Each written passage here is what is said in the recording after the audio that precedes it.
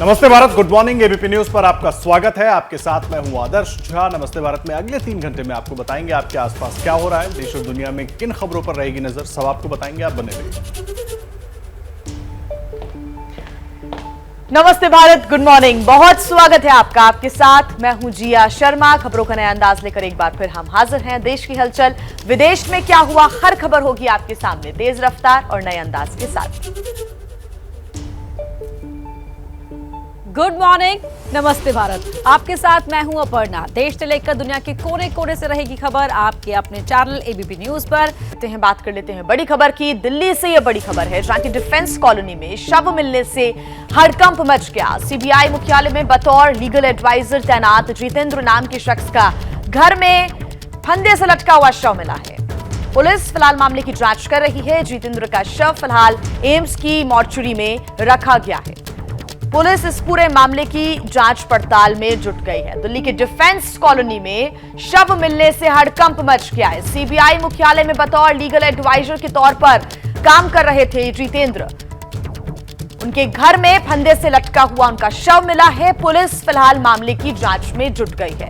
बता दें कि जितेंद्र का शव फिलहाल एम्स की मॉर्चुरी में रखा गया है।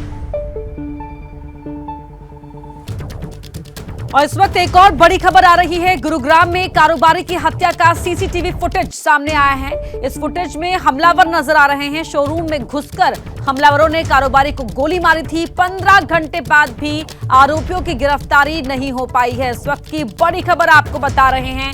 जांच के दौरान वहां लगे सीसीटीवी की फुटेज अपने कब्जे में ली गई और इस फुटेज में हमलावर साफ तौर पर देखे जा सकते हैं। देखिए, जम्मू कश्मीर चुनावों की सुगबुगाहट के बीच खुफिया एजेंसियों ने बड़ी आतंकी साजिश का खुलासा किया है। क्या है वो साजिश, आपको बताते हैं।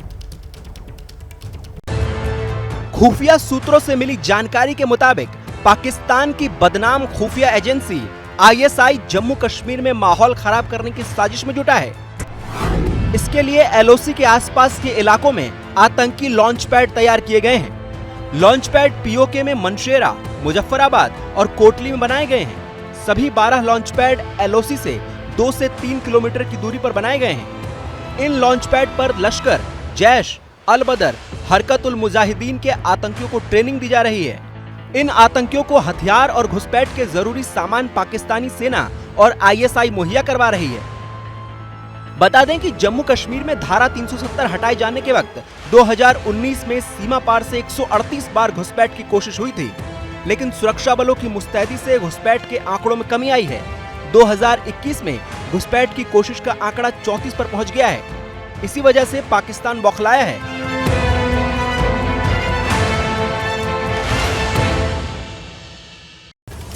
इस वक्त एक और बड़ी खबर आपको बता दें। कर्नाटक के चित्रदुर्ग से लिंगायत धर्मगुरु शिव मूर्ति को गिरफ्तार कर लिया गया है। नाबालिग लड़कियों से यौन शोषण के आरोप में यह गिरफ्तारी हुई है।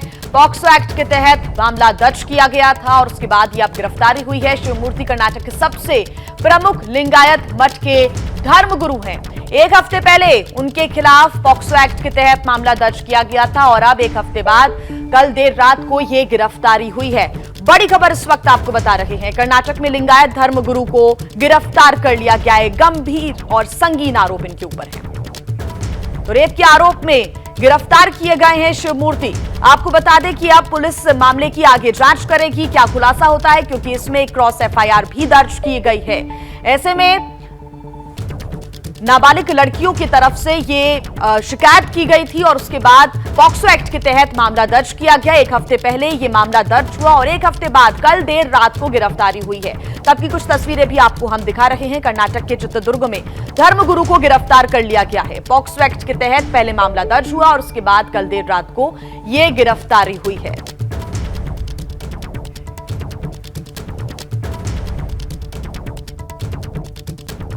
और अब बात देश की राजधानी दिल्ली की, जहां केजरीवाल सरकार और बीजेपी के बीच आरोपों और सवालों की जंग थमने का नाम नहीं ले रही है। केजरीवाल सरकार से शराब नीति और स्कूल घोटाले को लेकर सवाल पूछे, लेकिन केजरीवाल अपने जवाब को गुजरात ले गए। नहीं चलेगा, नहीं चलेगा, नहीं चलेगा।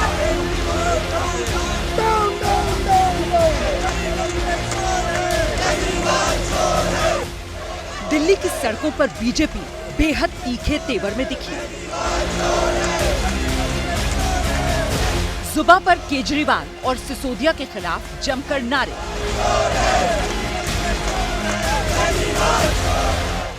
और एक्शन में पुतला दहन।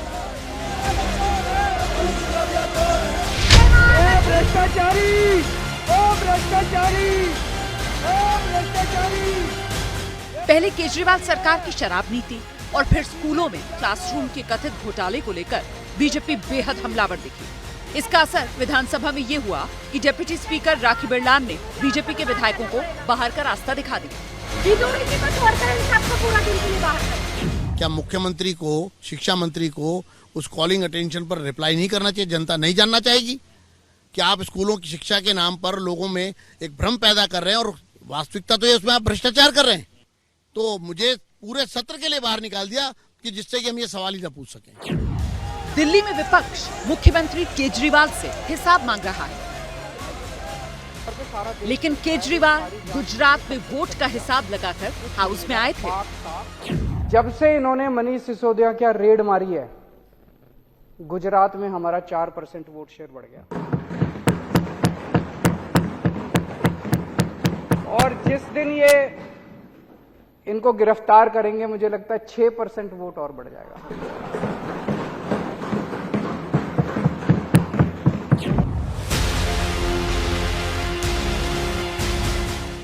केजरीवाल की नजर गुजरात के चुनाव पर है, इसीलिए गुरुवार को दिल्ली विधानसभा में भाषण देने के बाद वो शुक्रवार और शनिवार को गुजरात में ही होंगे।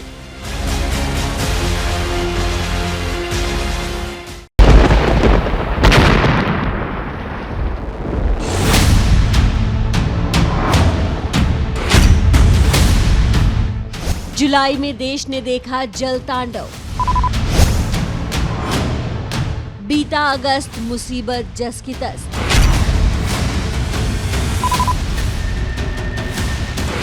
आसमानी आफत का कब होगा अंत?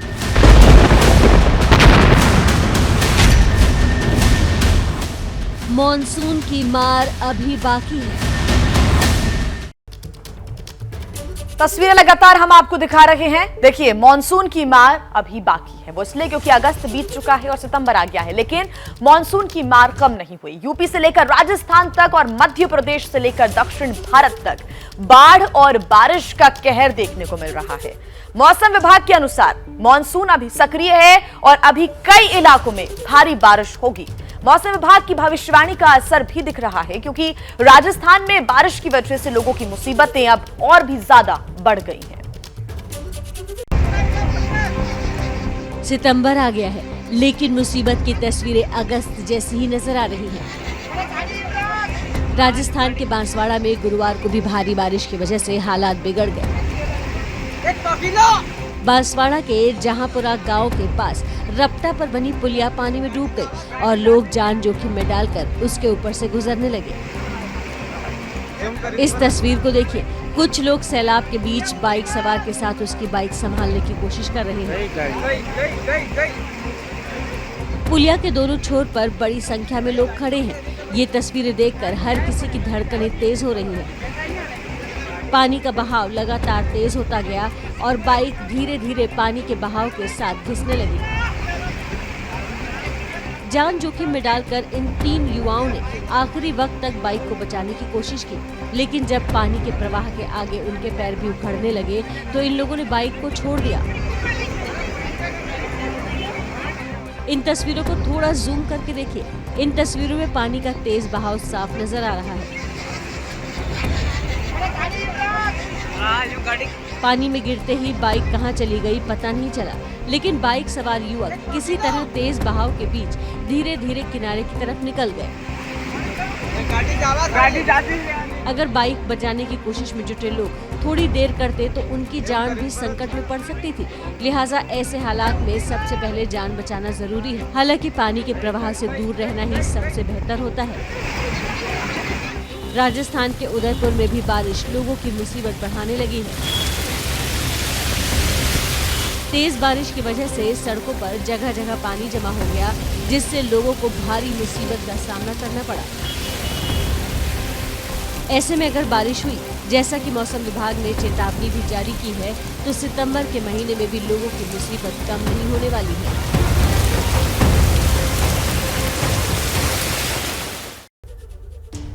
राजस्थान का हाल आपने देखा, तो वहीं मध्य प्रदेश में भी अभी बाढ़ से लोग उबरे भी नहीं कि बारिश ने दोबारा लोगों की मुसीबत बढ़ाना शुरू कर दिया।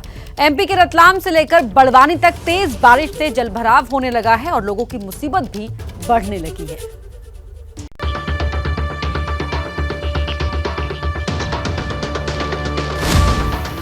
भारी बारिश के बाद अचानक आए सैलाब की ये तस्वीरें मध्य प्रदेश के बड़वानी की है। पूरा इलाका पानी में डूबा नजर आ रहा है। बारिश इतनी ज्यादा हुई कि बाजार में सैलाब आ गया। एक पल ऐसा लगा कि जैसे पानी अपने साथ सब कुछ बहा ले जाने को आमदा हो। मार्केट में खड़ी गाड़ियां पानी में डूब गई। एक दो नहीं 3 गाड़ियां आधे से ज्यादा पानी में डूबी नजर आ रही हैं। पानी के आगे जो कुछ भी आया वो उसे अपने साथ बहा ले गया। पानी के प्रवाह की आवाज लोगों को डरा रही थी। डरे सहमे लोग अपनी दुकान बंद कर बस इस बर्बादी का मंजर देख रहे थे। काफी देर तक सैलाब अपना तांडव मचाता रहा, लेकिन जब बारिश थमी तो बाजार का मंजर और डराने वाला था। लोगों की दुकानों में पानी भर गया। अंडरग्राउंड दुकानें पूरी तरह पानी में डूब गई। इन तस्वीरों को देखिए, दुकान का शटर आधे से ज्यादा पानी में डूबा हुआ है, यानी दुकान में करीब 5 फीट तक पानी भरा होगा। पानी बाहर निकालने के लिए बड़े बड़े पंप मंगाए गए और लोग पानी निकालने में जुट गए। बाजार के बाहर भी पानी जिस इलाके से गुजरा वहां तबाही मचाता गया। इन तस्वीरों को देखिए, सड़क पानी में बह गई, जिसके बाद आवाजाही प्रभावित हो गई। मध्य प्रदेश में बारिश के बाद आए सैलाब की एक और तस्वीर देख लीजिए। कनेरी मार्ग पर बना रपटा पुल पूरी तरह पानी में डूबा हुआ है। पुल के दोनों तरफ लोगों की भारी भीड़ है। पानी के बहाव को देखकर ज्यादातर लोग पानी कम होने का इंतजार करने लगे, लेकिन कुछ लोग जान जोखिम में डालकर पानी के बीच बाइक लेकर निकल दिए। पुल के ऊपर करीब 1 फीट तक पानी है और पानी का प्रवाह काफी तेज भी है।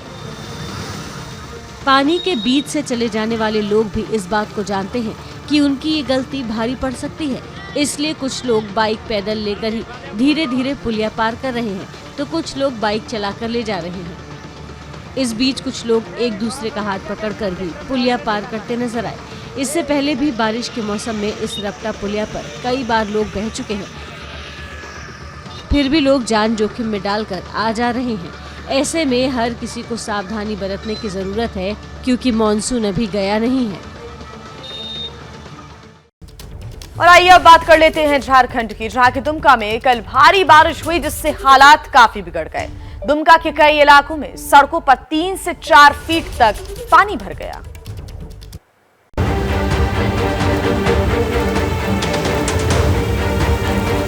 ये तस्वीरें झारखंड के दुमका की हैं, जहां सितंबर शुरू होते ही एक बार फिर बारिश कहर बरपाने लगी है। इन तस्वीरों को देखिए, गली में करीब 3 से 4 फीट पानी भरा हुआ है। ये शख्स कमर तक पानी में डूबा हुआ है। बाइक भी पूरी तरह पानी में डूबी हुई है। बाइक का थोड़ा थोड़ा हिस्सा नजर आ रहा है। इस तस्वीर को देखकर ऐसा लग रहा है कि सैलाब अचानक गली में आया और सब कुछ डुबा गया। जब बारिश रुकी तो ये शख्स अपनी बाइक पानी से निकालने की जद्दोजहद करने लगा।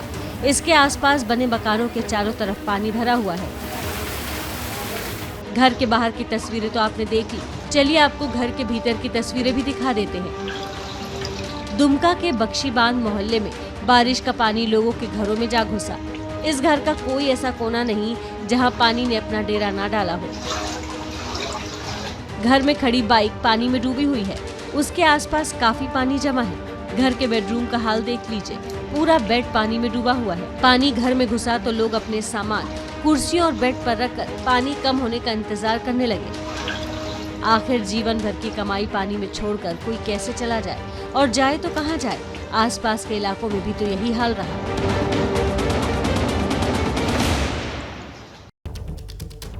तस्वीरें आपको वाराणसी की अब दिखाते हैं, जहां गंगा का जलस्तर घटने लगा है, लेकिन लोगों की मुसीबत कम नहीं हुई। अब भी नमो घाट से लेकर 80 घाट तक हालात बद से बदतर हैं। निचले इलाके पानी में डूबे हुए हैं, तो वहीं दाह संस्कार करने के लिए आने वालों को भी भारी परेशानी हो रही है।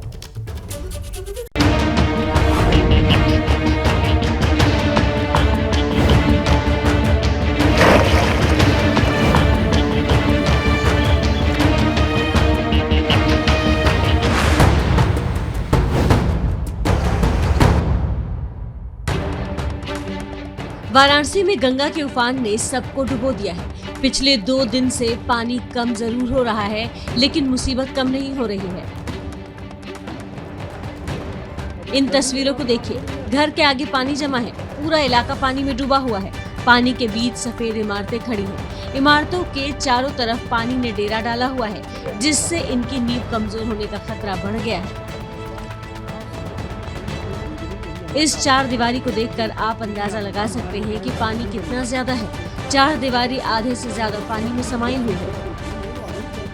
एक और तस्वीर देखिए, इस मकान का ज्यादातर हिस्सा पानी में डूब गया, बस ऊपरी हिस्सा नजर आ रहा है। घाट किनारे बने रिहायशी इलाकों की गलियों में पानी भरा है।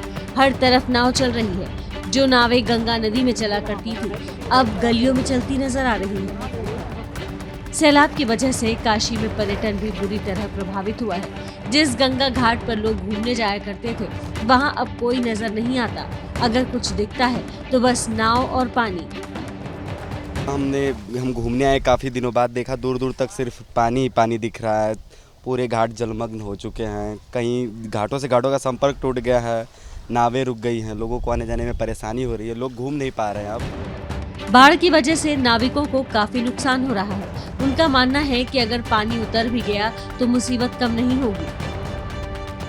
आमदनी नहीं हो रहा है, पर्यटक नहीं आ पा रहे हैं। अभी पानी का कोई तो ठीक नहीं है। पानी और आगे भी बढ़ सकता है, 2 महीना भी लग सकता है, क्योंकि जब पानी ये घटेगा तो दुनिया भर का कचरा यहीं भी छूट जाएगा। इसको क्लीन कराने में 1-1.5 महीना 2.5 महीना लगेगा। गंगा घाट पानी में डूबने के बाद शवों के अंतिम संस्कार करने आने वालों की मुश्किलें भी कम नहीं है। घाट पर अंतिम संस्कार करना मुश्किल हो गया है। हर तरफ पानी भरा है, लिहाजा अंतिम संस्कार करने के लिए घाट के आसपास पहुंचने के लिए भी लोगों को नाव का सहारा लेना पड़ रहा है। गलियों में नाव के सहारे लोग शव दाह संस्कार के लिए ले जाने को मजबूर हैं। शवों का अंतिम संस्कार घाट से काफी दूर गलियों में किया जा रहा है। छोटे छोटे बच्चे हैं, घर में परिवार है, सब धुआं से, आग से, तपन से ये तो हो ही रहा है। और कार्य तो किसी का हमारे यहाँ रुकता नहीं है। प्रचंड धूप नहीं लेकर आई होती तो हम सादा आराम से नीचे वहाँ पर कर सकते थे। इससे हम लोगों को बहुत सारी दिक्कत हो रही थी। फिलहाल गंगा घट जरूर रही है, लेकिन अगर बारिश तेज हुई तो हालात और बिगड़ सकते हैं। पाकिस्तान में त्राहिमाम, ऐसा हम इसलिए कह रहे हैं क्योंकि पाकिस्तान बाढ़ के आगे दम तोड़ रहा है। पाकिस्तान की आवाम सैलाब से त्राहिमाम कर रही है। पीएम मोदी ने पाकिस्तान के प्रति अपनी संवेदना व्यक्त की। पाक पीएम ने शुक्रिया भी कहा। फिर भी पाकिस्तान सरकार को जनता की फिक्र की बजाय कश्मीर की चिंता सता रही है।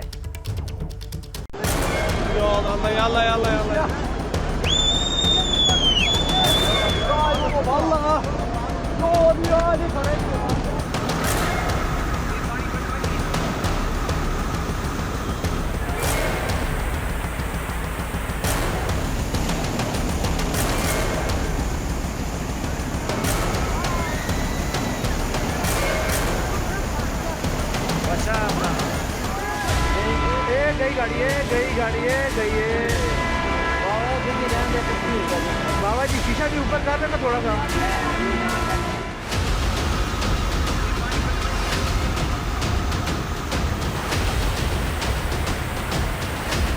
देख सकते हैं यार, पानी कितना ज्यादा आ गया। लोगों का सामान था इतना वो चला गया, जाया हो गया। लोग डूबे में, ये देख लें, अपनी मदद आपके तरह लोग अपने कीमती माल बचा रहे हैं। गाड़ियां बह चुकी हुई हैं।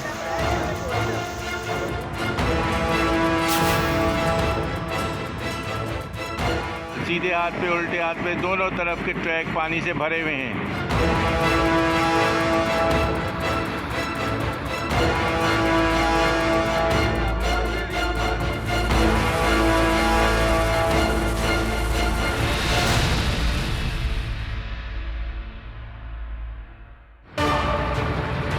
पिछले 1 मिनट में टीवी स्क्रीन पर आपने पाकिस्तान में आया बर्बादी का वो सैलाब देखा है, जिसकी दस्तक से हर कोई बेखबर था।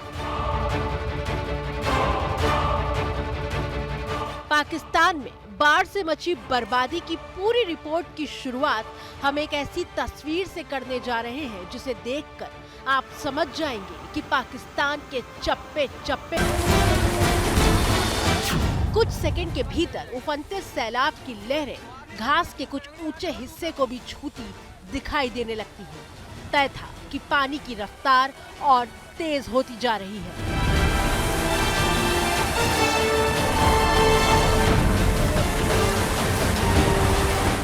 दूसरे किनारे पर रेस्क्यू टीम मौजूद थी जो ये समझ नहीं पा रही थी कि सैलाब में फंसी 2 जानों को कैसे बचाया जाए।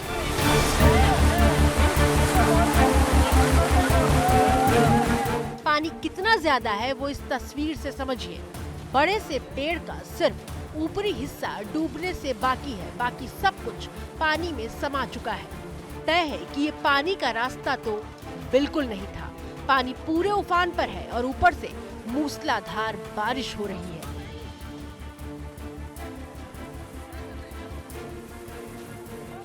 धीरे धीरे हालात बिगड़ने लगे थे। 2 मिनट 14 सेकंड पहले की तस्वीर और 2 मिनट 14 सेकंड के बाद की तस्वीर इस बात की गवाही दे रही है कि हर पल मौत का पलड़ा भारी होता दिख रहा है। अब पानी घास वाले हिस्से पर मौजूद मदद का इंतजार कर रहे लोगों के पैर को छूता हुआ निकलने लगा था। कितनी डरावनी तस्वीर है। चारों तरफ बनता तबाही का सैलाब है और बारिश ऐसी कि मानो आसमान ही फट पड़ा हो। मंजर देखकर लगता है कि किसी भी पल पानी लोगों को अपने साथ बहा कर ले जाएगा। वीडियो में 4 मिनट बीत चुके हैं और अब पानी बच्ची के घुटने तक पहुंच चुका है।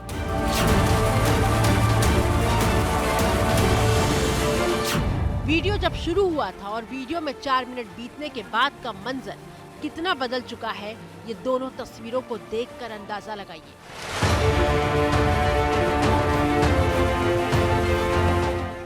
सिर पर मौत खड़ी दिख रही है। बच्ची बचाव कर्मी का हाथ पकड़े हुए है और उसके बाद भी इस कोशिश में है कि बकरी और उसके बच्चे बहने ना पाए। इसे कहते हैं कलेजा चीरने वाली तस्वीर। कल्पना कीजिए कैसा होता होगा वो एहसास जब हर पल आंखों के सामने मौत दिखाई दे रही हो।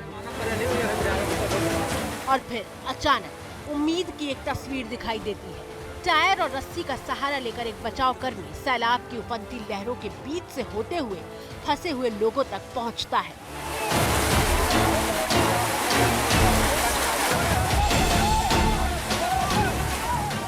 एक टायर और 3 इंसानों के साथ 3 बेजुबान।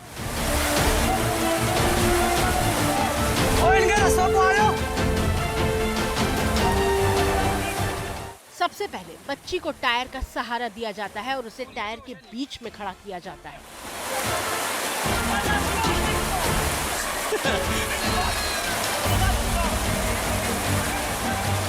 रेस्क्यू ऑपरेशन के बीच में ही बकरी का एक बच्चा बहता हुआ दिखाई देता है।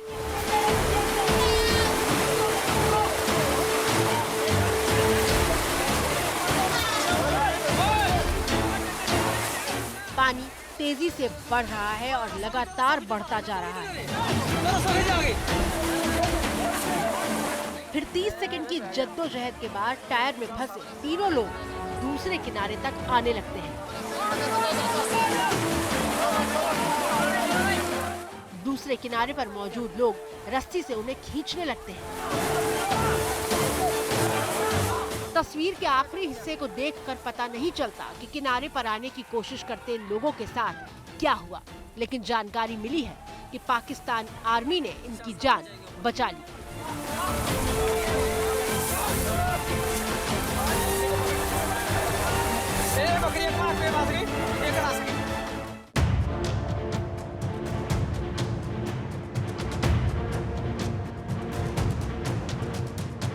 अब तक आपने पाकिस्तान के शहरी इलाकों के बाहर की तस्वीरें देखी थी। अब आपको शहर के भीतर ले चलते हैं। ये पाकिस्तान के एक बाजार के भीतर की तस्वीर है। गले तक पानी में डूबा आदमी इस बात का गवाह है कि बाजार में सब कुछ बर्बाद हो चुका है।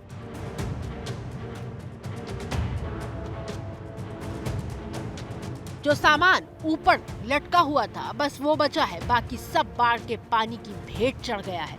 बाजार के भीतर ये हालात क्यों पैदा हुए, इस समझने के लिए जरा पाकिस्तान के इस बाजार के बाहर की तस्वीर देखिए, जहां विकराल नदी का रूप धरे पानी बह रहा है।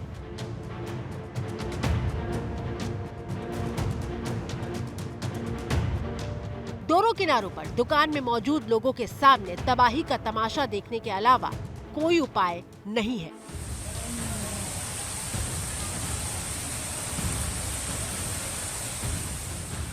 तस्वीर के इस अगले हिस्से को देखिए, जहां ऑटो का सहारा लेकर लोग खुद को बहने से रोकने की कोशिश कर रहे हैं। सैलाब के बीच दुकानें खुली हुई दिख रही हैं, बीच सड़क पर फल के ठेले मौजूद हैं। इसका मतलब ये कि सैलाब अचानक आया है, क्योंकि बाजार में अगर इतना पानी पहले से होता तो कोई अपनी दुकान नहीं खोलता और ना ही फलों के ठेले लेकर कोई इस तरह बीच सड़क पर खड़ा होता।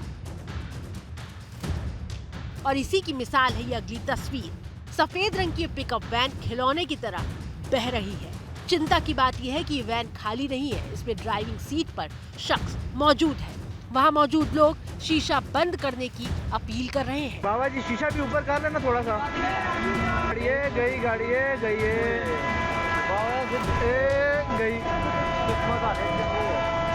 गाड़ी मकान, दुकान और कार तक सब कुछ बाढ़ के पानी में समाया हुआ है।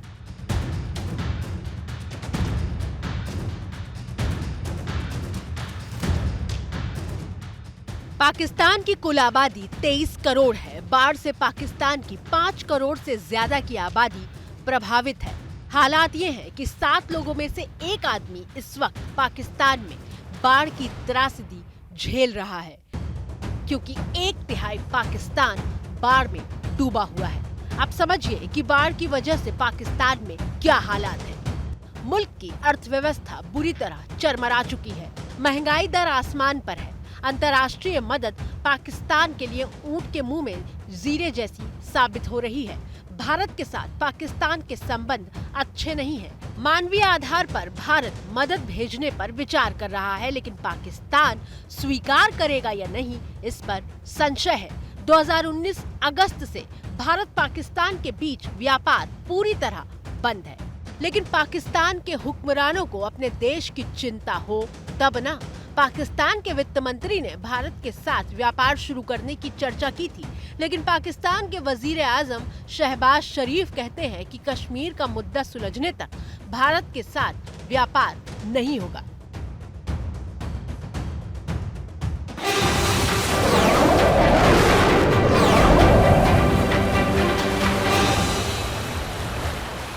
आज भारत के लिए है ऐतिहासिक दिन। भारतीय नौसेना को आज नई ताकत मिलने जा रही है। प्रधानमंत्री नरेंद्र मोदी आज आईएनएस विक्रांत को इंडियन नेवी को सौंपेंगे। आईएनएस विक्रांत मिल जाने के बाद समंदर में भारतीय सेना की ताकत कई गुना बढ़ जाएगी।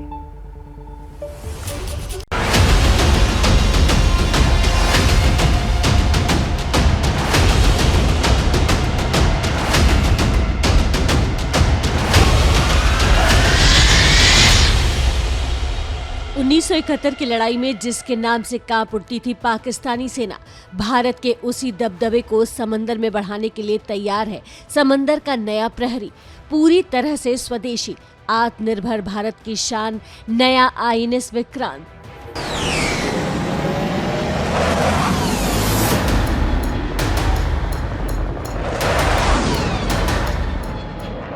प्रधानमंत्री नरेंद्र मोदी समंदर के नए सेनापति को आज नौसेना को सुपुर्द करेंगे। हिंदुस्तान की नई ताकत की सबसे बड़ी खासियत ये है कि आईएनएस विक्रांत में लगे सभी उपकरण और मशीन भारत में बने हैं। बड़े औद्योगिक घरानों और 100 एमएसएमई ने इन्हें सप्लाई किया है। भारत के इतिहास में बना ये सबसे बड़ा जहाज है। इस युद्धपोत के निर्माण के साथ भारत उन 6 चुनिंदा देशों में शामिल हो गया है जो 40,000 टन का एयरक्राफ्ट कैरियर बनाने की क्षमता रखते हैं। अमेरिका, रूस, चीन, फ्रांस और इंग्लैंड के बाद भारत छठा देश बना है। अब जरा जानिए आईएनएस विक्रांत की वो कौन सी खासियत है जिसकी वजह से वो गेम चेंजर कहा जा रहा है। समंदर में 1 घंटे में ये 52 किलोमीटर की रफ्तार तय कर सकता है। इसमें 4 हैज टरबाइन इंजर बे और इस पर MiG-29 और लाइट कॉम्बैट एयरक्राफ्ट रखे जाएंगे। इसके अलावा helicopter Dhruv, Kamov, MH-60R advance light helicopter तैनात रहेंगे। यही नहीं, युद्धपोत बराक और ब्रह्मोस मिसाइल से लैस होगा। हिंद महासागर में ड्रैगन का बढ़ता प्रभाव बड़ी चुनौती बनकर उभरा है।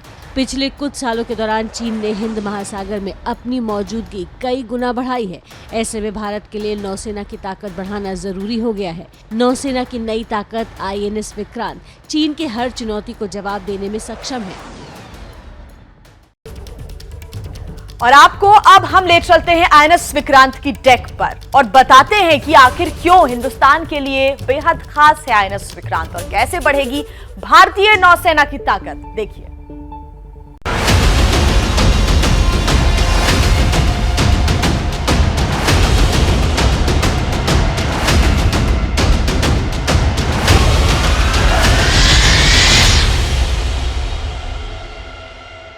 भारतीय एयरक्राफ्ट कैरियर विक्रांत का मोटो है जयम सम युद्ध स्पर्धा, जिसे ऋग्वेद से लिया गया है और जिसका मतलब है कि जो मुझसे लड़ने आएगा उसे मैं परास्त करके रहूंगा। साफ है, जैसा नाम वैसा ही इसका उद्देश्य भी। इस नए विक्रांत को भारतीय नौसेना के रिटायर हो चुके विक्रांत का नाम दिया गया है, जिसने 1971 के पाकिस्तान के साथ युद्ध में अहम भूमिका निभाई थी।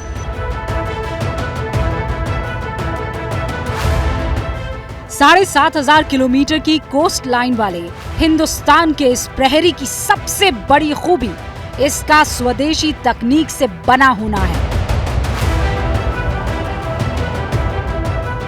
और इसमें जो तकनीक इस्तेमाल हुई है वो और भी हैरान करने वाली है, खासकर फाइटर प्लेन के लिए बनाया गया इसका रनवे।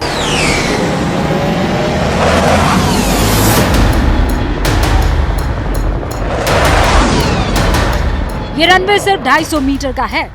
ये रनवे स्कीइंग तकनीक पर तैयार किया गया है। यहाँ लैंड करने वाले विमान को रोकने के लिए एक नई तकनीक का इस्तेमाल हुआ है।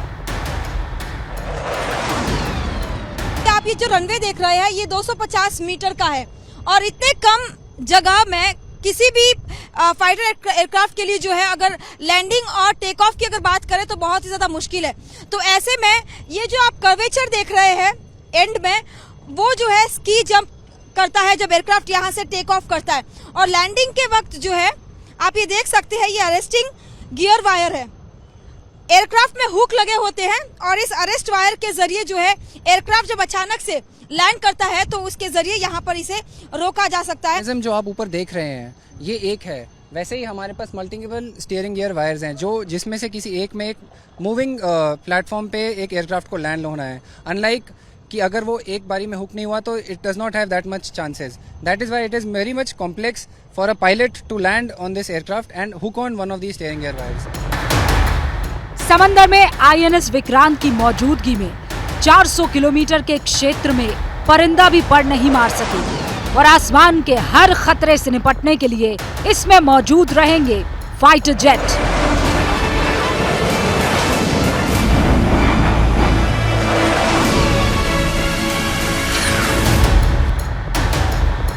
एक बार में युद्धपोत के फ्लाइट डेक पर 10 फाइटर जेट खड़े किए जा सकते हैं और इसके हैंगर में 20 फाइटर जेट्स रहेंगे। फाइटर जेट्स को हैंगर से डेक पर लाने के लिए 2 स्पेशल लिफ्ट लगाई गई है।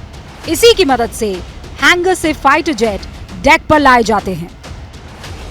इस एयरक्राफ्ट कैरियर में करीब 30 एयरक्राफ्ट्स को एक साथ तैनात किया जा सकता है, जिसमें 20 एयरक्राफ्ट्स और साथ ही 10 हेलीकॉप्टर्स शामिल हैं।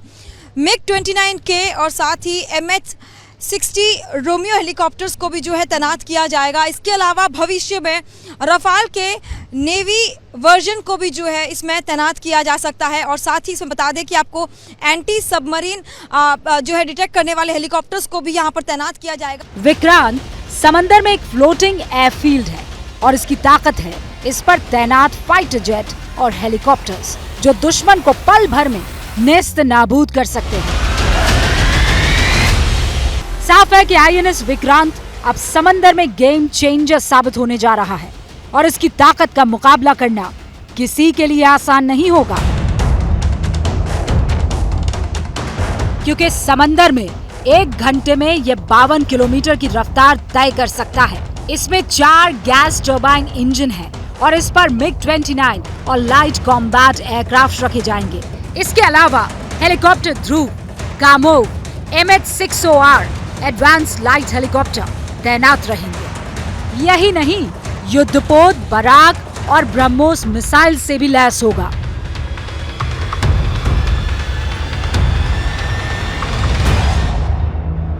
आप देखें, एयरक्राफ्ट कैरियर है, यहाँ पे अलग अलग कॉन्फ़िगरेशन में यूज़ किए जाते हैं एयरक्राफ्ट। डिपेंड करता है हमारा मिशन प्रोफाइल क्या है, उसके हिसाब से हम हवाई जहाज़ या हेलीकॉप्टर को एम्बार्क करेंगे।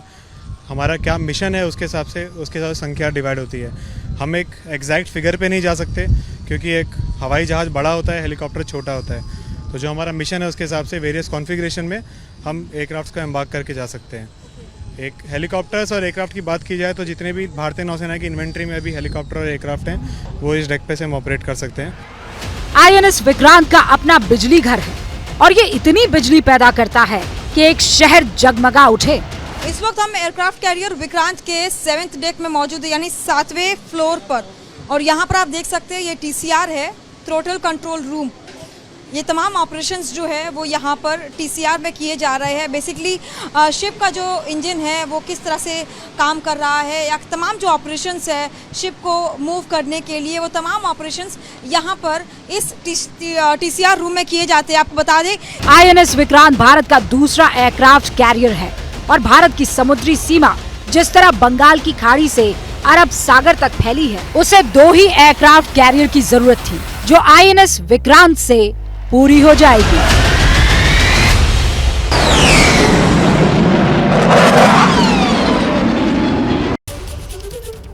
और इस वक्त की बड़ी खबर आ रही है अर्जेंटीना से, जहां उपराष्ट्रपति पर जानलेवा हमले की कोशिश नाकाम हो गई है। बंदूकधारी ने क्रिस्टीना पर पिस्टल तान दी। देखिए किस तरीके से वो यहां आम लोगों के बीच से अपनी गाड़ी से उतर रही थी, तभी एक बंदूकधारी ने उनको बेहद करीब से उन पर पिस्टल तान दी। इन तस्वीरों में भी आप देख सकते हैं क्रिस्टीना आपको वाइस प्रेसिडेंट नजर आ रही हैं अर्जेंटीना की। और दक्षिण अमेरिकी देश अर्जेंटीना से इस वक्त की बड़ी खबर आपको बता रहे हैं, जहां उपराष्ट्रपति पर जानलेवा हमले की कोशिश। इन तस्वीरों में आप देख सकते हैं अपनी गाड़ी के पास अंदर दाखिल होने की कोशिश करती हुई क्रिस्टीना, तभी बेहद करीब से, बेहद नजदीक से एक बंदूकधारी ने उन पर ये पिस्टल तान दी और वक्त रहते वहां मौजूद सुरक्षाकर्मी हरकत में आए और जानलेवा हमले की कोशिश को नाकाम कर दिया। आशीष सिंह हमारे सहयोगी फोन लाइन पर जुड़ रहे हैं। आशीष, जरा बताएं इस हमले के बारे में। देखिए, ये लेट इवनिंग की घटना है, जबकि अर्जेंटीना की वाइस प्रेसिडेंट जो आप तस्वीरों में देख रही हैं, उनके घर के बाहर बड़ी संख्या में समर्थक जुटे थे। मैं आपको बता दूं, उन पर हाल फिलहाल करप्शन के बड़े चार्जेस लगे थे। उनके सपोर्ट में ये समर्थक जुटे थे, जिसमें से एक व्यक्ति ने बाकायदा बंदूक निकाल करके उन पर तान दी। हालांकि हमें जो सोर्सेज बता रहे हैं उसके मुताबिक गन शॉट्स फायर नहीं हुए थे, पहले ही इस व्यक्ति को पकड़ लिया गया, एप्रीहेंड कर लिया गया। और वहाँ की पुलिसिया एजेंसियों का ये कहना है कि ये ब्राजीलियन ओरिजिन का हो सकता है। अभी इसकी पड़ताल की जा रही है, लेकिन खुद सरकार के एक दूसरे मंत्री की तरफ से बताया गया है कि ये एक असैसिनेशन अटेम्प्ट था, यानी कि यह हो सकता है, यानी कि वाइस प्रेसिडेंट को मारने की कोशिश संभव थी कि ऐसी कोई साजिश हो, और उसको नाकाम करने में अर्जेंटीनियन जो अथॉरिटीज हैं, पुलिस है, वो कामयाब हुई है। और वाइस प्रेसिडेंट के ठीक घर के बाहर जब वो लोगों से मिल रही थी, ये घटना पेश आई जब इस व्यक्ति ने उन पर बंदूक तान दी। और जैसे मैंने आपको बताया कि पुलिस ने उसको कब्जे में ले लिया है और ये एस्टैब्लिश करने की कोशिश की जा रही है कि उसका मकसद क्या था, उसकी क्या ओरिजिन है। लेकिन प्राइमा फेसाई ऐसा बताया जा रहा है कि ये ब्राजीलियन ओरिजिन का हो सकता है। आशीष, इतने करीब से बंदूक तानी हुई है इस हमलावर ने, कैसे वो इतने करीब पहुंच गया उपराष्ट्रपति के? सुरक्षा घेरा क्या होता है, क्योंकि ये तो एक बहुत बड़ी चूक के तौर पर भी इसे देखा जा सकता है। देखिए, सिक्योरिटी ब्रीच तो ये जरूर है, तभी सिक्योरिटी एजेंसी में वहाँ के हड़कंप है और वो इस तरह से स्विंग में आई हैं। और ये अच्छी बात है कि कम से कम अगर ये असैसिनेशन अटेम्प्ट था, जैसा कि कोशिश की गई, उन पर सीधे बंदूक तान दी गई, तो ये एक बड़ा अचीवमेंट है कि उसको रोकने में पुलिस कामयाब हुई। लेकिन निश्चित तौर पर इन सवालों के जवाब देने होंगे और मुझे लगता है कि कड़ी कार्रवाई भी होगी इस दिशा में कि आखिर वाइस प्रेसिडेंट के इतने करीब तक कैसे पहुंच गए। लेकिन जैसा मैंने आपको बताया कि मुझे ऐसा लगता है कि ये वक्त था जब समर्थक वहां पर इकट्ठा होते हैं, और क्योंकि उन पर करप्शन चार्जेस थे तो ये पॉलिटिकल सपोर्टर्स थे जो इकट्ठा हुए थे, उनको सपोर्ट करने के लिए उनके समर्थन में वहां पर भीड़ जुटा रहे थे, और उसमें से ये घुस करके जाने में कामयाब हुआ और उसने सीधे उन पर बंदूक तान दी, जिसको असैसिनेशन अटेम्प्ट बताया जा रहा है। लेकिन अब इस व्यक्ति को गिरफ्तार किया जा चुका है। ठीक है आशीष, आप नजर बनाकर रखिए, लगातार अपडेट आगे भी लेते रहेंगे। आशीष कुमार सिंह हमारे सहयोगी पूरी जानकारी दे रहे थे इस घटना से जुड़ी हुई। और अब बात कर लेते हैं प्रधानमंत्री नरेंद्र मोदी के दौरे की। पीएम नरेंद्र मोदी केरल और कर्नाटक के दौरे पर हैं। केरल में आईएनएस विक्रांत के उद्घाटन के बाद कर्नाटक के लिए रवाना हो जाएंगे, जहां कई परियोजनाओं का उद्घाटन करेंगे।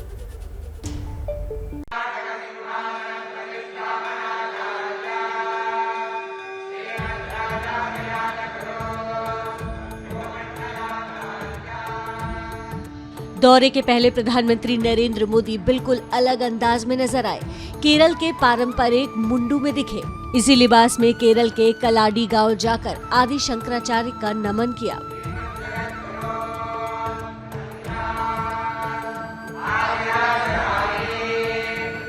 आदि शंकराचार्य जी ने जो परंपरा स्थापित की, उसको केरला से निकली अनेक विभूतियों ने आगे बढ़ाया, उसका विस्तार किया, और अन्य गुरुओं ने समाज में फैली बुराइयों को दूर करने में बहुत ही अहम भूमिका निभाई है। केरल प्रवास के दौरान पीएम मोदी ने कोच्चि मेट्रो के दूसरे फेज का उद्घाटन भी किया। आज कोच्चि जाकर आईएनएस विक्रांत का उद्घाटन करेंगे। विक्रांत को देश को समर्पित करने के बाद केरल से कर्नाटक के लिए रवाना हो जाएंगे। दोपहर 1:30 पर मंगलुरु पहुंचेंगे पीएम मोदी। मंगलुरु में करीब 3800 करोड़ रुपए की परियोजनाओं का लोकार्पण और शिलान्यास करेंगे। बंदरगाह के 1000 करोड़ रुपए के 5 प्रोजेक्ट की आधारशिला रखेंगे। मछुआरा समाज की आर्थिक उन्नति के लिए पीएम मोदी कुलई में फिशिंग हार्बर की भी आधारशिला रखेंगे। तो वहीं 2024 की लड़ाई को लेकर विपक्ष ने अभी से अपनी तैयारी शुरू कर दी है। बीजेपी के खिलाफ तमाम विपक्षी पार्टियां लामबंद होने लगी हैं, लिहाजा बीजेपी भी अभी से विरोधियों को घेरने लगी है। प्रधानमंत्री नरेंद्र मोदी ने खुद मोर्चा संभाल लिया और विपक्ष पर उन्होंने सीधा हमला बोला।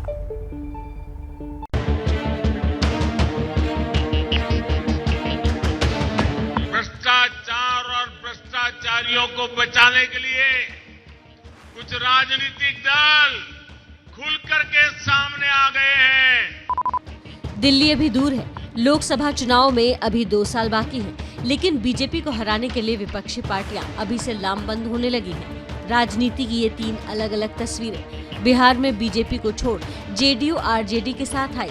हाल ही में पटना जाकर केसीआर ने नीतीश कुमार से मुलाकात की। पश्चिम बंगाल की मुख्यमंत्री पहले से ही विपक्ष को एकजुट करने में जुटी हुई हैं। तस्वीरें बहुत कुछ बयां कर रही हैं। विपक्ष की एकजुटता पर प्रधानमंत्री नरेंद्र मोदी ने केरल से बड़ा हमला बोला है। भ्रष्टाचार और भ्रष्टाचारियों को बचाने के लिए कुछ राजनीतिक दल खुलकर के सामने आ गए हैं, संगठित होने का प्रयास कर रहे हैं। ये भ्रष्टाचारियों को बचाने वालों से लगातार सतर्क रहना है। प्रधानमंत्री नरेंद्र मोदी ने किसी का नाम तो नहीं लिया, लेकिन माना जा रहा है कि उनके निशाने पर थे नीतीश कुमार। बीजेपी का साथ छोड़ने के बाद से ही बिहार के मुख्यमंत्री विपक्ष को एकजुट करने में जुटे हुए हैं। नीतीश कुमार अगले हफ्ते दिल्ली दौरे पर आ रहे हैं। मिली जानकारी के मुताबिक इस दौरे के दौरान सोनिया गांधी सीपीआई सीपीएम के नेताओं से मिलेंगे। नीतीश कुमार जी पूरे देश के जो विपक्षी पार्टियां हैं उनको एक मंच पर लाने का प्रयास करेंगे। तो क्या नीतीश कुमार ने 2024 की तैयारी शुरू कर दी है? संकेत दे रहे हैं जेडीयू दफ्तर में लगे ये पोस्टर। लगाए गए पोस्टर में 2 लाइन लिखी है। पहली लाइन में है प्रदेश में दिखा, देश में दिखेगा। वहीं दूसरी लाइन लिखी गई है जुमला नहीं हकीकत, बड़े बड़े पोस्टरों पर लिखी गई।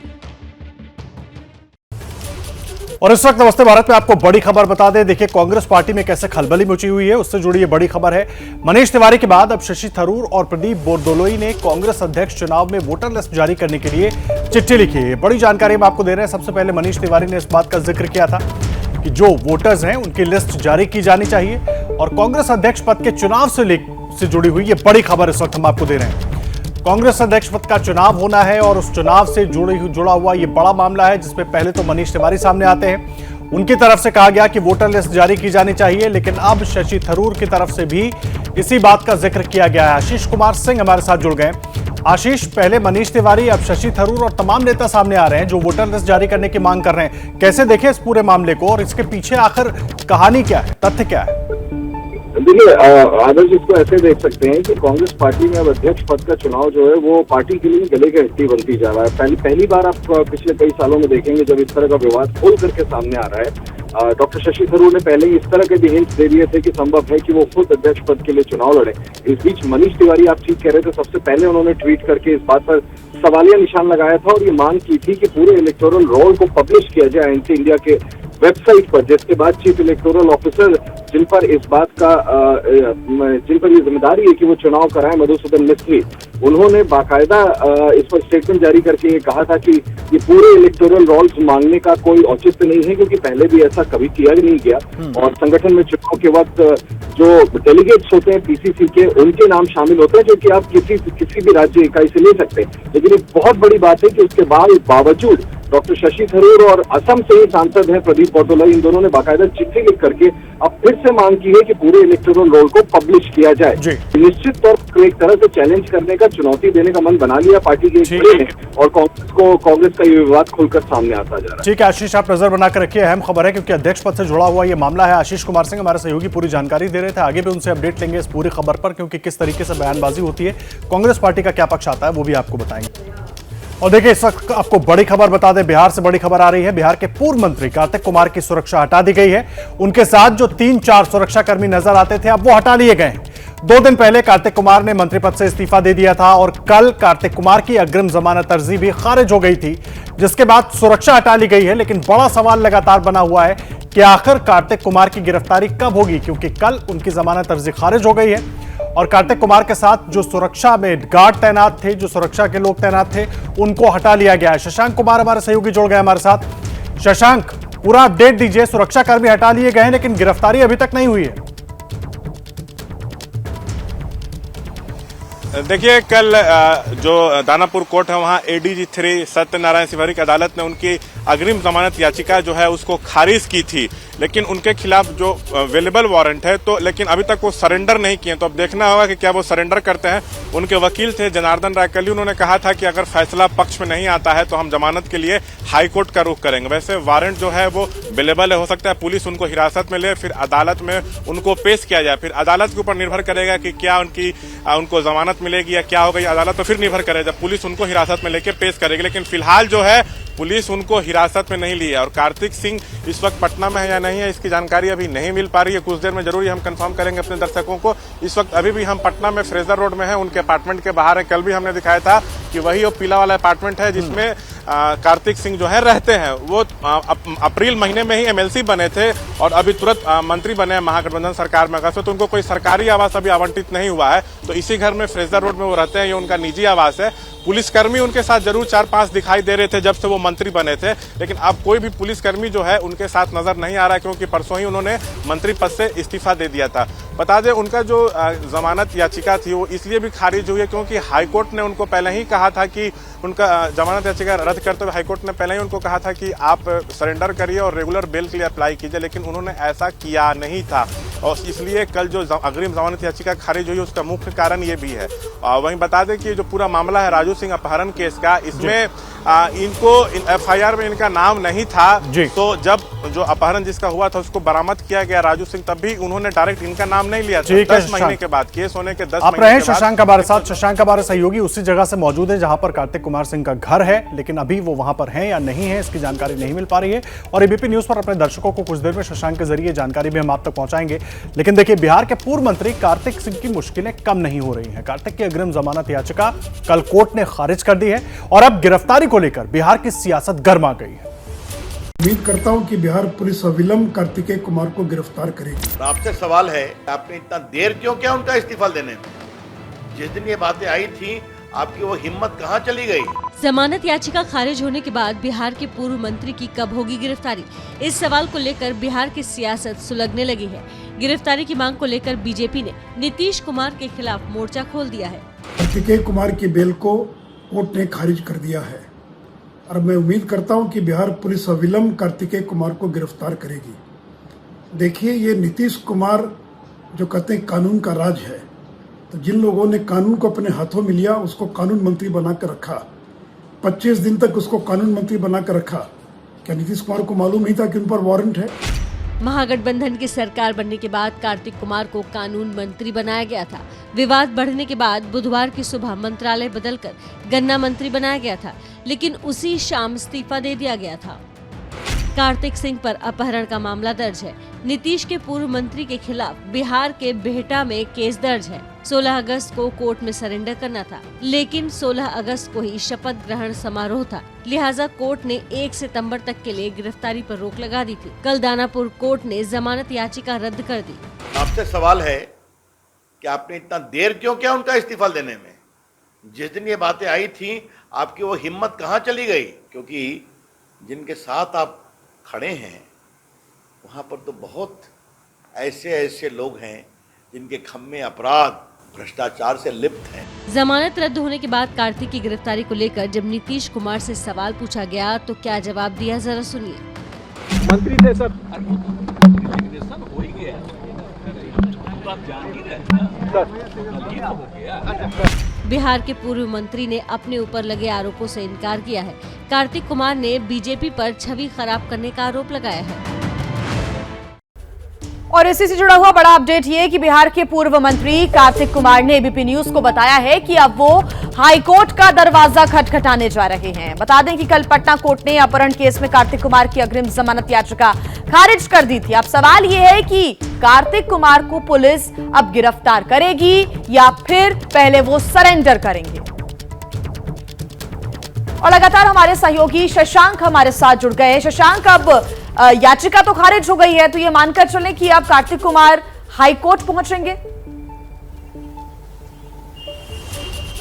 जी बिल्कुल, देखिए कल जब सुनवाई हो रही थी उसी समय उनके जो वकील हैं जनार्दन राय, मुख्य वकील थे, वकीलों की पूरी टीम थी जिसमें 5-6 वकील थे, लेकिन मुख्य वकील जनार्दन राय ने साफ तौर पे कहा था कि फैसला पक्ष में नहीं आएगा तो हम जमानत के लिए हाईकोर्ट का रुख करेंगे। तो फैसला तो पक्ष में आया नहीं है, याचिका जो है खारिज हो चुकी है, लेकिन बेलेबल वारंट है, तो हो सकता है ये लोग हाईकोर्ट का रुख करें। और लेकिन बता दूं बार बार कि पुलिस इनको हिरासत में ले सकती है, फिर अदालत में पेश करेगी। अदालत को तय करना है कि इनको जमानत दिया जाए या जेल भेजा जाए या क्या करना है, तो ये अदालत पर निर्भर करता है। लेकिन अभी कब हाईकोर्ट का रुख करते हैं या पुलिस आके इनको हिरासत में लेती है, इसके लिए हमें थोड़ा सा जो है इंतजार करना पड़ेगा। कार्तिक सिंह पटना में है या नहीं, इसकी अभी कंफर्मेशन नहीं मिल पा रहा है, लेकिन जो भी हो कुछ घंटे में मामला जो है स्पष्ट हो सकता है, क्योंकि पुलिस को जो करना है पुलिस आज ही करेगी, या इनको हाईकोर्ट भी मूव करना है तो आज ही करेंगे। इस मामले में लेट नहीं हो सकता। जैसे मैंने पहले ही बताया कि जो जमानत याचिका इनकी खारिज हुई है उसका एक कारण ये भी है कि हाईकोर्ट ने इनकी अग्रिम जमानत याचिका पहले ही खारिज की थी और साफ तौर से कहा था कि आप सरेंडर करिए और रेगुलर बेल के लिए आवेदन कीजिए। शशांक, बहुत शुक्रिया आपका इस पूरी जानकारी के लिए। नजर बनाए रखिए, आगे भी आपसे अपडेट लेते रहेंगे। और इस वक्त की बड़ी खबर आपको दे दे, देखिए श्रीकांत त्यागी के समर्थन में समाजवादी पार्टी के आने पर पार्टी के भीतर ही अब घमासान मच गया है। समाजवादी पार्टी के नोएडा जिला उपाध्यक्ष शैलेंद्र कुमार सिंह ने अपना इस्तीफा पार्टी को भेज दिया है। समाजवादी पार्टी के त्यागी के समर्थन में आने पर इस्तीफा प्रदेश अध्यक्ष को भेजा गया है। आपको बता दें, श्रीकांत त्यागी ने महिला के साथ बदसलूकी की थी, उसके बाद पूरा राजनीतिक घमासान मचा था। बाद में श्रीकांत त्यागी को गिरफ्तार किया गया और अब जब समाजवादी पार्टी एक तरीके से अपना समर्थन दिखा रही थी श्रीकांत त्यागी के परिवार से, समाजवादी पार्टी का प्रतिनिधिमंडल मिलने के लिए जाने वाला था, उस पर अब बवाल मच गया है। और शैलेंद्र कुमार सिंह हमारे साथ मौजूद हैं इस वक्त, जिन्होंने इस्तीफा दिया है। शैलेंद्र जी, क्या वजह है, इस्तीफा क्यों दे दिया आपने, क्या इसके पीछे की बात क्या है? देखिए, ये जो इस्तीफा मैंने दिया है, एक तो श्रीकांत त्यागी ने जो गलत कार्य किया है और सरेआम किया है और इसका वीडियो हर जगह वायरल है, पूरे देश के पास वायरल है, तो उसके साथ एक क्रिमिनल के साथ उस पर नोएडा पुलिस ने 25,000 का इनाम भी घोषित कर दिया है। तो ऐसे व्यक्ति के साथ समाजवादी पार्टी का खड़ा होना ये गलत है और अपने आप में एक बहुत बड़ा प्रश्न चिन्ह है कि वो क्यों कर रहे हैं और किस लिए कर रहे हैं। ठीक है, बहुत धन्यवाद आपका शैलेंद्र जी इस पूरी जानकारी के लिए। शैलेंद्र कुमार सिंह, नोएडा के समाजवादी पार्टी के उपाध्यक्ष, जिन्होंने इस्तीफा दे दिया है ये कहकर कि श्रीकांत त्यागी जैसे व्यक्ति के साथ खड़ा होना पार्टी के लिए ठीक नहीं है। और अब हम आपको नासिक की तस्वीरें दिखाते हैं, जहां 2 दिन से हुई भारी बारिश के बाद सैलाब आ गया है। सब कुछ डूबा हुआ नजर आ रहा है। तस्वीरों में आपको दिखाते हैं किस तरीके से वहां पर सब कुछ पूरी तरीके से डूबा हुआ नजर आ रहा है। ये तस्वीरें नासिक की हैं। नासिक का हाल आप देखिए, 2 दिन की बारिश के बाद क्या स्थिति नासिक शहर की बनी है। सब कुछ डूबा हुआ सा दिख रहा है। इन्हें चारों तरफ से घेर लिया है। पिछले 3 दिन से लगातार बारिश हो रही है, जिसके चलते गोदावरी नदी का पानी स्तर बढ़ता जा रहा है और अभी इसी पानी में हम देख रहे हैं कि कुछ लोग इस बाढ़ के पानी में भी डुबकियां लगा रहे हैं। यहाँ पे हर रोज श्रद्धालु आते हैं, यहाँ पे पूजा पाठ होता है, लेकिन पानी होने की वजह से ये पूजा पाठ स्थलांतरित किया जा रहा है। रास्ते पे जहाँ पे जगह मिले उस जगह पे ये पूजा पाठ हो रहे हैं। नासिक के ग्रामीण इलाकों में भी बारिश की वजह से बड़े पैमाने पे नुकसान हुआ है। खेतियों का नुकसान हो गया है, लोगों के घरों में पानी घुस चुका है। कल सिन्नर तहसील में बहुत ज़ोर से बारिश हुई थी, जिसके चलते 30 से 35 लोग फंस चुके थे। उनको पुलिस प्रशासन, जिला आपत्ति व्यवस्थापन की टीम ने उनको रेस्क्यू किया है। अगर आज फिर से बारिश जोर से आई तो पानी का स्तर और भी बढ़ने की आशंका जताई जा रही है, जिसके चलते प्रशासन ने सभी लोगों को सतर्क किया है, नदी के किनारे कोई भी न जाए। कैमरा पर्सन किरण कटारे के साथ मुकुल कुलकर्णी, एबीपी न्यूज, नासिक। दक्षिण भारत में भी बारिश हो रही है। कर्नाटक से लेकर तमिलनाडु तक आसमानी आफत एक बार फिर कहर बरपा रही है।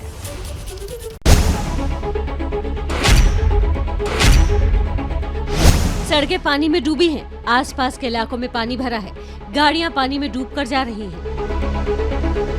तस्वीरें बेंगलुरु की हैं, जहां गुरुवार को बारिश की वजह से सरजपुर रोड इलाका जलमग्न हो गया। इस कॉलोनी का गेट देखिए, गेट के बाहर करीब 2 फीट तक पानी नजर आ रहा है, यानी कॉलोनी के बाहर और भीतर पानी का बसेरा हो चुका है। वाटर लॉगिंग की वजह से आने जाने वालों को भारी परेशानी उठानी पड़ रही है। इस तस्वीर को देखिए, बैंक के बाहर पानी जमा है। हालांकि राहत यह है कि बैंक के भीतर पानी नहीं घुसा। हालांकि इलाके के कुछ घरों और बाउंड्री वॉल के भीतर से पानी बाहर आता जरूर दिखाई दिया। इस सड़क के आसपास चारों तरफ पानी भरा हुआ है। कोई ऐसा मकान नहीं जिसके आगे पानी न जमा हो। हर गली मोहल्ला पानी में डूबा हुआ है। राहत की बात ये रही कि बारिश के दौरान प्रशासन ने जगह जगह पंप लगाकर पानी निकालने का काम शुरू कर दिया, जिससे ज्यादा नुकसान नहीं हुआ।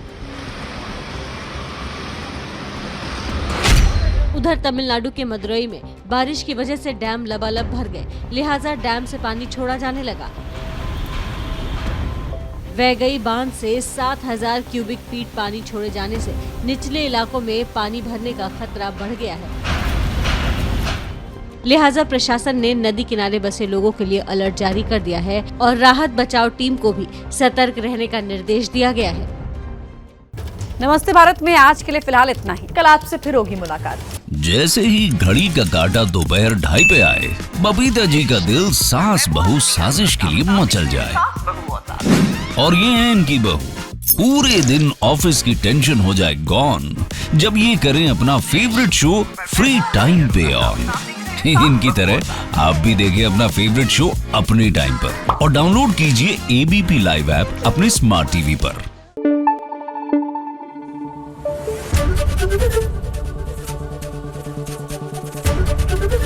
एबीपी न्यूज आपको रखे आगे।